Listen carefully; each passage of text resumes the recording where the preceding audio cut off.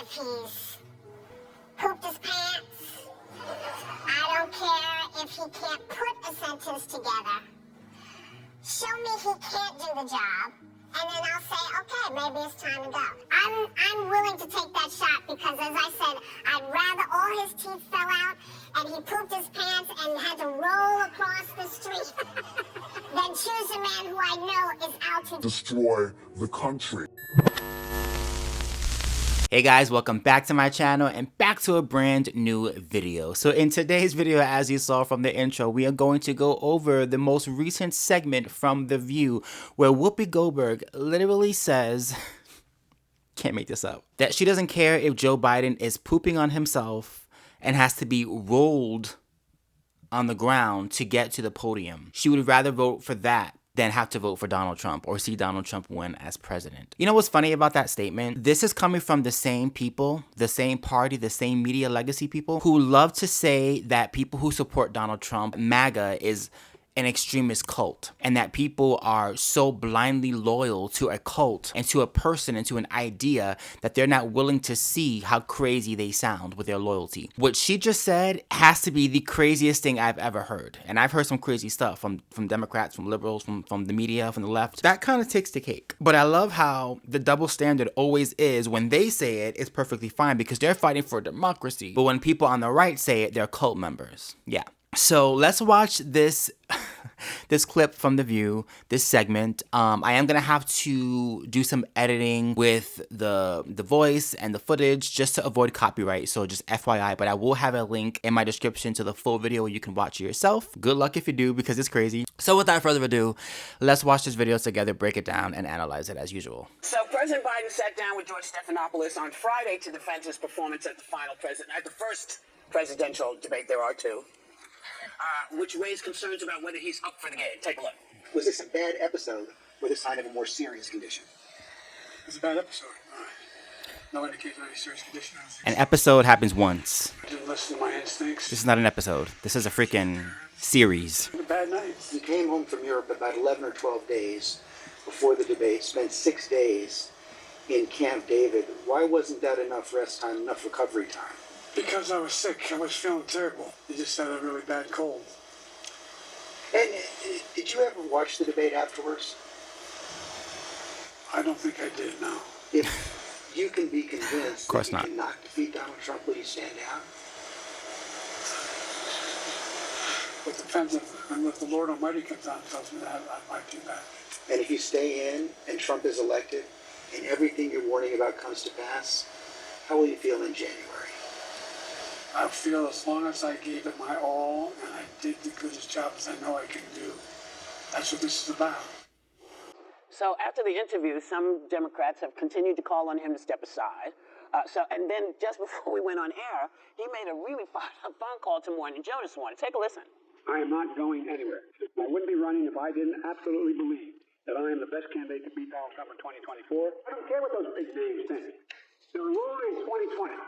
They're wrong in 2022 about the red wave. They're wrong in 2024. I'm getting so frustrated by the elites. Now, I'm not talking about you guys, but about the elites in the party. So they know so much more. But none of these guys who think I should run against me. Go ahead, announce for president. Challenge me at the convention. So, I mean, Like the DNC will let him do that. listen, I'm just going to have my 2 cents because I wasn't here on the day that y'all talked about it. I don't care if he's pooped his pants. I don't care if he can't put a sentence together. Show me he can't do the job, and then I'll say, okay, maybe it's time to go. Now, he had a bad night the first time that he went out and debated. Hold up a second. She says, show me and then I'll believe it. So watching the debate on national television where he literally was stumbling over every single sentence, that wasn't enough for you? The fact that he's been hiding for the past year and a half, that wasn't enough for you? Even in 2020 when he was supposedly campaigning and he was hiding in his basement, that wasn't enough for you? The fact that over 70% of the country does not believe that he is ready or can do the job, that isn't enough for you? The fact that half of your own party doesn't believe in him, that isn't enough for you? The fact that he's polling, I believe, at 37%, which is the lowest that any incumbent has ever been polled to never win, that isn't enough for you. Wow. Debated with Kamala Harris. And everybody wanted him to quit that, so you can't talk to women like this. You're doing this wrong, you're doing that wrong. He came back, said, you know what, I got it, and gave 4 years. So yeah, I have poopy days all the time. I step in so much poo you can't even imagine. Now I'm not running the world, but I don't know anybody who doesn't step in stuff at some point. So I'm just simply saying, yeah, there are two debates. And if he can't do what he needs to do for the second debate, I'll join any crew that says get rid of him. But loyalty to me, if you are doing the job, I might not like everything you're doing. Really? I don't like it all. But I'm going to stand behind you like those guys stand behind the guy who should have been the person people were talking about saying, yeah, Biden had a bad day, but this guy couldn't tell the truth if it split his lip. But funny, because when people on the right do what you just said, you call them cult members. You've literally sat in that chair and called people who support Donald Trump a cult. You and the rest of the cackling hens of The View have said that multiple times. So I find it interesting that here you are stating that I'm going to be loyal because loyalty is everything. Tell me, how is that any different than somebody who supports Donald Trump and is loyal to him? How that's any different? No matter what he does, they're going to vote for him. You're literally saying the exact same thing in support of Biden because of your personal feelings and your personal loyalty to this man, even though you yourself say he could literally poop on himself and I'll still vote for him. I don't care. So again, your standard, and then the standard that you have for people who are Republican or right-wing or a part of MAGA is completely different. They're crazy. They're extremists. Oh my God. The country's in trouble with those people. But yet here you are literally repeating the same words. Like, if I didn't know you were talking about Biden and I didn't know who you were, I wouldn't be able to differentiate what you just said versus what a MAGA person says when they're supporting Donald Trump. But isn't it funny that when it's from the left, suddenly there's nuance. Suddenly it makes sense. Suddenly it's about democracy. Yeah.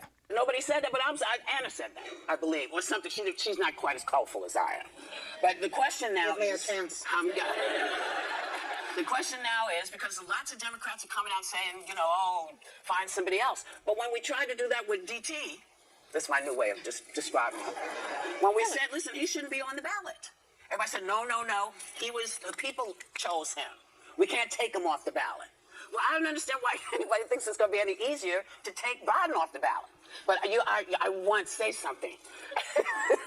Well, hold on. The biggest difference there, though, is that the Republicans are going through a primary process. And within the primary process, Republicans voted and chose Donald Trump as the nominee. He won all the polls. That's the difference. See, Democrats, if they were smart, could go to a convention and could bring it up to a vote if they wanted to and bring it back to democracy, because clearly after 4 years, Joe Biden is not competent. Everybody knows this. Like every other election, after 4 years, you go through the test all over again, right? And it's up to the party to decide who the nominee is going to be. You are not guaranteed to be a nominee for a second time just because you were president the first time. That's why you go through the primary process.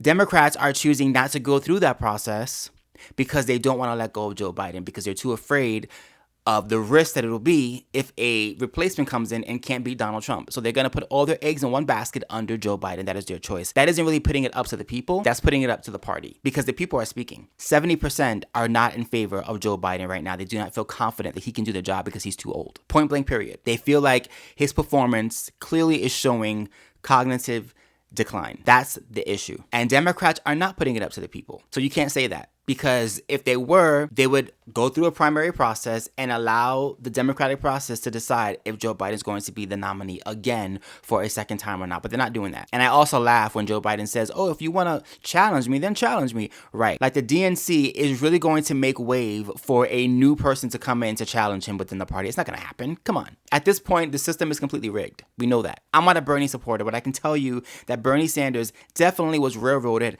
by the DNC back in 2016 and again in 2020. If you remember in 2019 when they were going through Super Tuesday, every single candidate dropped out but Biden at that point in time. I think Elizabeth Warren was the only one to stay in the race, and then eventually she dropped out. But they all dropped out and made way for Biden because the party told them to do so. Even though they could have challenged Biden, and I think they would have had a much stronger fight if they had went with somebody else. But no, the DNC chose the maturing candidate, which was Joe Biden, and they went with it. So don't sit here and tell me that anybody can just come in and challenge Joe Biden within the party and they're going to have a fair chance, because they're not. The DNC is corrupt and crooked. Ain't going to happen. Joe Biden is the nominee. He is the human being standing between us and Donald Trump. I think Democrats need to stop making the case against Joe Biden and start making the case against Donald Trump. I saw Joe Biden the day after the debate. I saw him that night at an LGBTQ gala. I hugged him so tight I almost broke a rib. I'm not somebody pretending to have spoken to him. No, I actually did speak to him.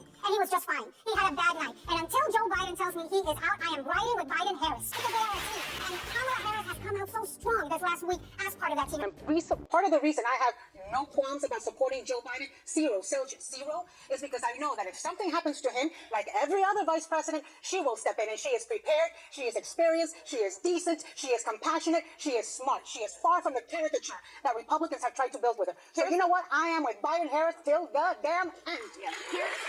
And I love how she tries to say that Republicans are creating a caricature of who Kamala is. You can't blame Republicans, Anna. You can't do that. Because the voters are speaking. And just like Biden, her poll numbers are extremely, extremely low. She is not liked. Nobody is excited about Harris. They're just not. So, again, you can blame Donald Trump. You can blame Republicans. But at the end of the day, people are speaking.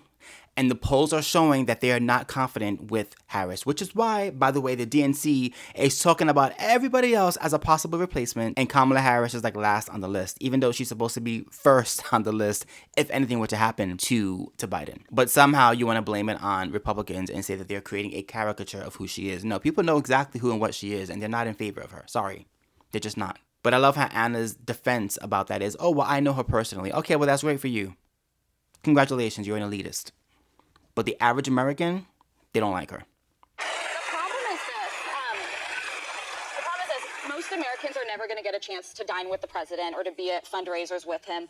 50 million people tuned into that debate, and it's going to be undecided voters and swing voters who determine this election. Correct. I believe that Trump is a threat to democracy. I am horrified that my party nominated an aspiring fascist, and there is one way to stop it. An aspiring fascist, but really quickly, who decided to go after their political opponent and charge him with felonies right before the election in hopes he would get locked up? Who was that? Oh, that was the Democrat Party, right? But Donald Trump is a fascist. When Donald Trump was president, he had a chance to go after Hillary Clinton. In fact, he said he would go after her if he became president. And what did he do? He said, I'm not doing that. That was all talk for the election. I'm not going to go after her. That's not what American presidents do. That's not what we do as a nation. We don't go after our political opponents.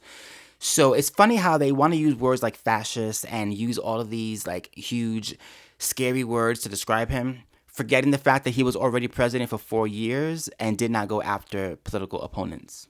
Didn't put anybody in jail. Didn't do any of that.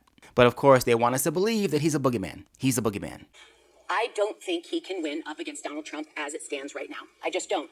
And his age and frailty were always apparent to me, and they didn't concern me. Probably because of who he's up against, but also because I've been more happy than not with the administration. But Of course you have. You are a rich woman on a national television show where you get rewarded for your liberal talking points. So of course you're happy with the administration. Of course. But the average American is not. And that's why these women are so out of touch. And that's why it's funny listening to Whoopi Goldberg and Ana Navarro and Sarah Haynes talking about how much they love this administration. We'll go on the street and ask the common American living in Michigan and Pennsylvania, in Florida, in Mississippi. Ask them how they feel about this administration. You might get a different response. But I blame those closest to him, not the media, Anna. I blame those closest to him because by this time, President Obama had given 570 news conferences and interviews. Trump had given 468. Biden's given 164. If they had put him out there earlier, we could have either discovered this problem with time on our hands or squelched it immediately. And that's on their hands. Well, I have to say, one of the reasons Biden has not been out there is because he's been working. I don't think it's unfair to say that. Wait, what? What? Oh, Whoopi. Whoopi. You didn't just say that. You know, I used to love Whoopi Goldberg. I loved her in Sister Act. I loved her in Ghost. Like, why couldn't she just stay in the movies and just stay over there? Just stay over there. Now I can't even stomach her. It's crazy. She literally just sat here and said that Biden hasn't been giving many interviews because Biden is busy working. So Obama wasn't working. Trump wasn't working. Every other president before them, they weren't working because I guarantee you they probably gave more interviews than Biden did. Like, to say that he's working, he's too busy. Part of the job is speaking in public. Part of the job is talking to the media and being held account. That is also a part of the job. So if he's not doing that part of the job, then he is not fulfilling all of his duties within the job. But MAG is a cult. Okay. I believe you have the ability to do the job, and I'm going to stand by that. And if I'm wrong, I'm wrong. You know, but I'm willing to take that shot because, as I said, I'd rather all his teeth fell out and he pooped his pants and had to roll across the street than choose a man who I know is out to destroy the country that I grew up believing. Girl, he was president for 4 years and he did not destroy the country. The country is still standing. So what are you talking about? What are you talking about. This is why Democrats, liberals, whatever you want to call them, they crack me up, right? Because it's the fear tactics, right? It's the, oh my God, if he's president, it's the end of the world. Democracy will be lost forever. He'll never leave. He left in 2020. If he were a real dictator, he would still be president regardless of the results. But guess what? He left. He left. He was gone for 4 years. What are you talking about? And our country still stood. After 4 years, we're still here. So this idea, this fear-mongering idea that if he wins, oh my God, it's the end of the world, kind of falls flat because, again, he was already president. So you can say that if he wasn't president and you have all of these what ifs, right? Well, we've already lived through the what ifs. We lived through it and we're all standing. And 4 years later, we can definitely look back and say, you know what? The country was a lot better under the dictator than it is under Sleepy Joe. And that's the difference. This show, man. And notice Sonny had nothing to say. Sonny was just sitting there with a little attitude. Now, there is a part 2, so I may do another video discussing part 2 of this segment, but I'm going to end this video here. So let me know in the comments down below what you think of this discussion and what you think of what Whoopi had to say. Are you in agreement with her? Do you think it doesn't matter if his teeth is falling out, if he's pooping on himself, if he's rolling on the ground because he can't walk? You're still going to vote for that over Donald Trump or anybody else for that matter? Is that not the ultimate sign of a cult? I don't know. You let me know in the comments down below. If you enjoy my content, please do not forget to like, comment, and subscribe. Don't forget to hit my notification bell so you know when I post a brand new video. And if you want to watch more political and social commentary videos of yours truly, click on the link over here for more videos. Until next time, peace.